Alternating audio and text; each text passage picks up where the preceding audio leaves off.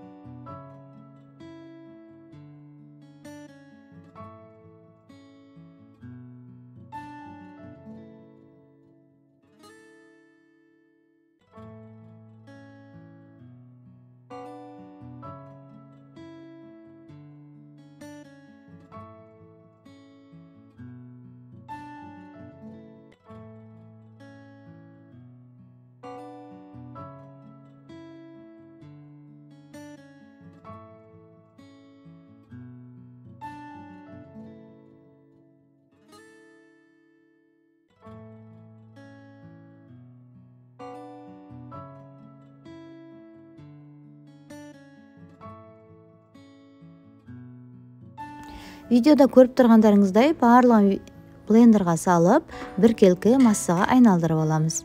Осындай қою масса шығады.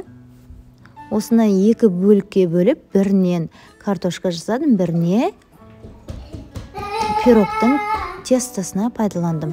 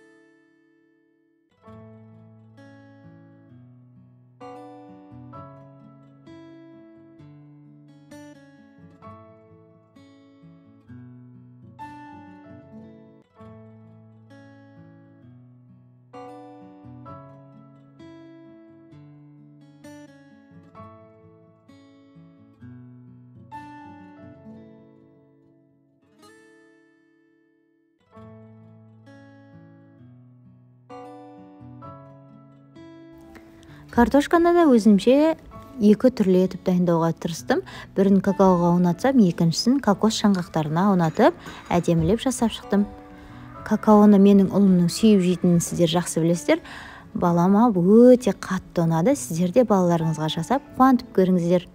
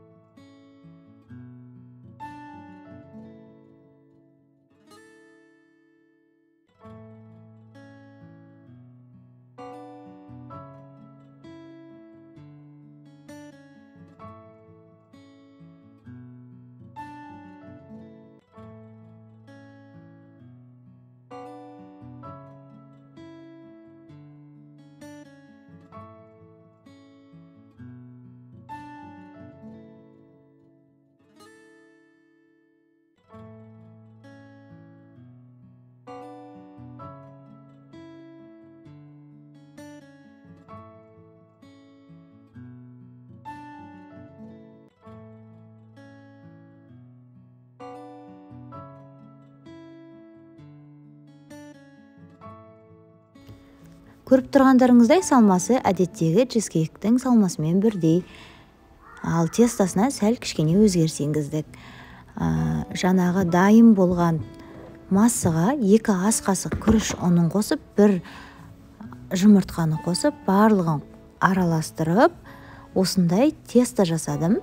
Сосын оны табаға қолмен жайып алдым. Енді сіздер қолмен жаясыздар ма, немесе оқтаумен жайсаңыздар да болады. Маған осылай қолмен жайып алу ыңғайлырақ болды.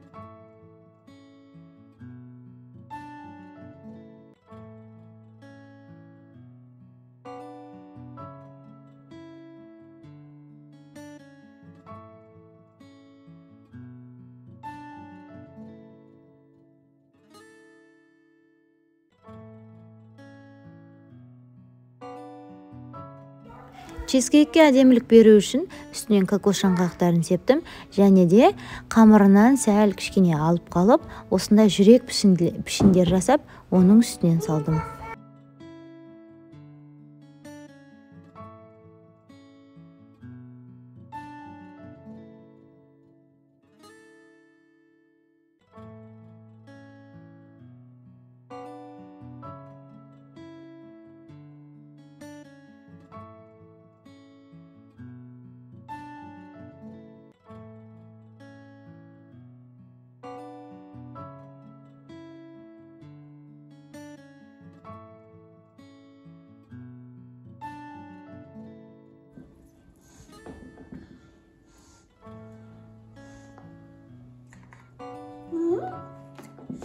Қандай екен?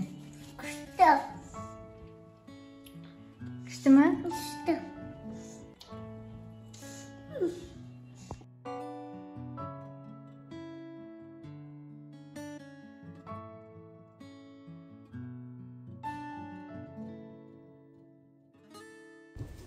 Күнделікті шығып тұратын видеоларымды көру үшін каналыма жазылып, қоңырауша батырмасын басып алыңыз. Егер де сізге бүгінгі дайындаған шедеврым ұнаған болса, онда видеомды соңына дейін көріп, лайк басып, комментарияда өз пікіріңізбен бөлісе кетіңіз.